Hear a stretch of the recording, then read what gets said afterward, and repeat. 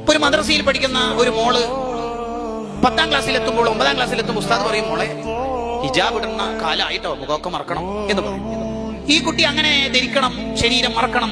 ഫാത്തിമ റളിയല്ലാഹു അൻഹ, രാത്രിയാണ് എന്നെ കബറടക്കേണ്ടത്, കാരണം രാത്രി കബറടക്കിയാൽ എന്നെ പൊതിഞ്ഞ കഫം കൂടെ പോലും ആരും കാണൂലല്ലോ എന്ന ചരിത്രമൊക്കെ ഉസ്താദിന്റെ അടുത്ത് കേട്ടപ്പോ അങ്ങനെയായിരുന്നോ ഫാത്തിമ ബീവിയുടെ ഒക്കെ സൂക്ഷ്മത? പറയാനുണ്ടോ? മറയില്ലാത്ത മയ്യത്ത് കട്ടിലാണല്ലോ നമ്മളെ നാട്ടിലെ കൾച്ചർ. അതുകൊണ്ട് അബിസീനിയ മോഡലിലുള്ള മറയുള്ള മയ്യത്ത് കട്ടിലാണ് എനിക്ക് വേണ്ടത് എന്ന് പറഞ്ഞ് മറയുള്ള മയ്യത്ത് കട്ടില് വേണമെന്ന് നിർബന്ധം പിടിച്ച ആളാണ് ഫാത്തിമ ബീവി. കാരണം എന്നെ പൊതിഞ്ഞ കഫം പുട ഒരാളും കാണണ്ട, ശരീരല്ല കഫം പുട. അപ്പോൾ ഈ ഫാത്തിമ മോൾക്ക് തോന്നി, നമ്മളൊക്കെ ഇങ്ങനെ വെറുതെ ഫാത്തിമ ഷെറിന്നും ഫാത്തിമ ഹിബ എന്നും പേരിട്ടാ മതിയോ? ഈ ശീലം നമ്മുടെ ജീവിതത്തിൽ ഉണ്ടാവണ്ടേ എന്ന് വിചാരിച്ചിട്ട് ഇനി ഗ്ലൗസും ഹിജാബും ഷോക്സ് ഒക്കെ ധരിച്ചിട്ടേ പുറത്തിറങ്ങൂ എന്ന് വിചാരിക്കുമ്പോ ഏട്ടത്തിയും ഏട്ടന്റെ ഭാര്യയും മുഖം മറക്കാതെ പുറത്തിറങ്ങുന്നുണ്ട്.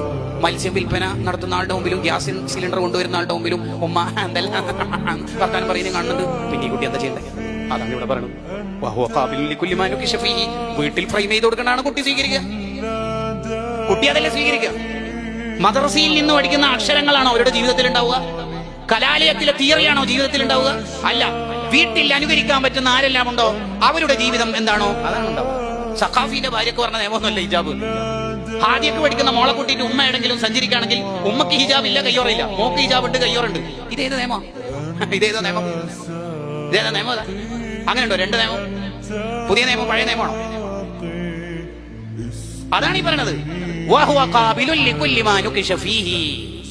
ആ കുട്ടിയുടെ മുമ്പിൽ വരച്ചു കൊടുക്കുന്ന മുഴുവൻ ചിത്രങ്ങളായിരിക്കും ആ കുട്ടിയുടെ കാലിയായ ഹൃദയത്തിലേക്ക് ചെന്ന് പതിക്കുക. ആ കുട്ടീന്റെ വാപ്പാന്റെ അടുത്തുനിന്നും ഉമ്മാന്റെ അടുത്തുനിന്നും കാണുന്ന ഒക്കെ ആ കുട്ടി പഠിക്കും.